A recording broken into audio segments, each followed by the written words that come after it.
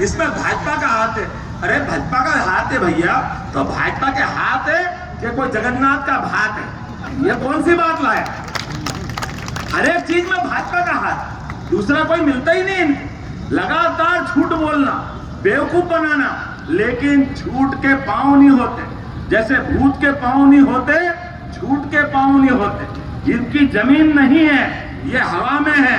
और ये दुनिया की सारी सरकारें अब मोदी जी की सरकार के साथ लगातार संबंध बनाते हुए भविष्य के बड़े बड़े होने वाले आयोजनों में भी मोदी जी के निमंत्रण के साथ आमंत्रित कर रही है कि अब ये दीवारों पे लिखा हुआ है, पढ़ने वालों को दिख रहा है कि फिर एक बार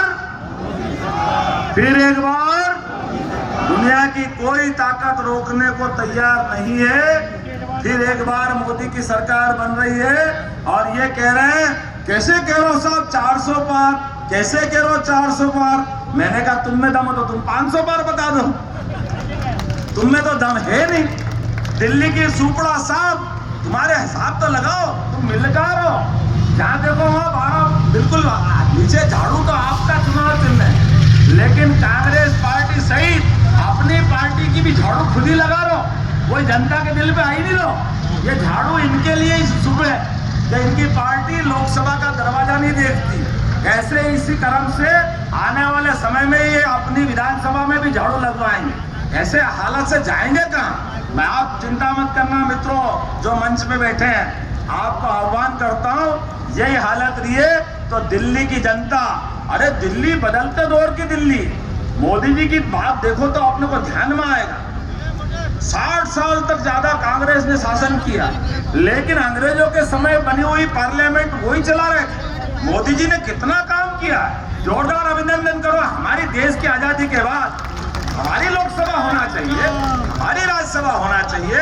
अरे अपना कर्तव्य पथ वो याद करा रहा है। नेताजी सुभाष चंद्र बोस, वो व्यक्तित्व जिसने अंग्रेजों के समय, जो आज भी आईएएस की परीक्षा तो छोड़ो, कोई क्लास 3 की परीक्षा पास करे तो नौकरी का लालच नहीं छोड़ेगा।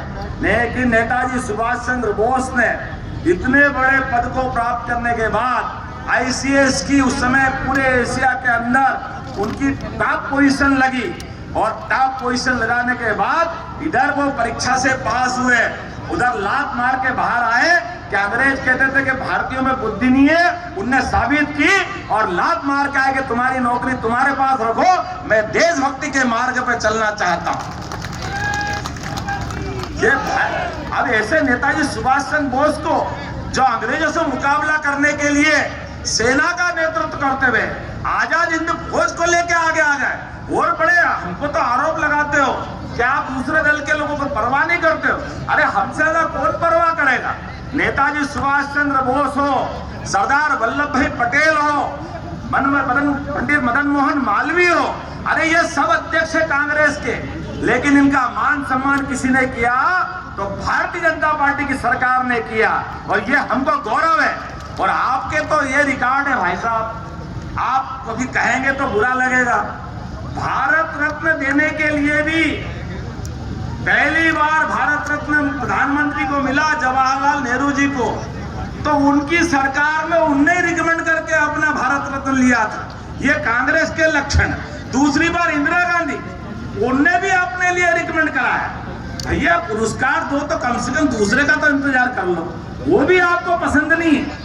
एक तरफ ऐसा उज्जवल धवल चरित्र वाले नरेंद्र मोदी, और एक तरफ ये सारे लोग घमंडिया गठबंधन, क्योंकि ये तड़फड़ा रहा है इसलिए कि सारे पावर इनको चाहिए, इनको कोई कोर्ट में सजा नहीं दे सकता, किसी जगह बंद नहीं हो सकते, सभी चीजों के ऊपर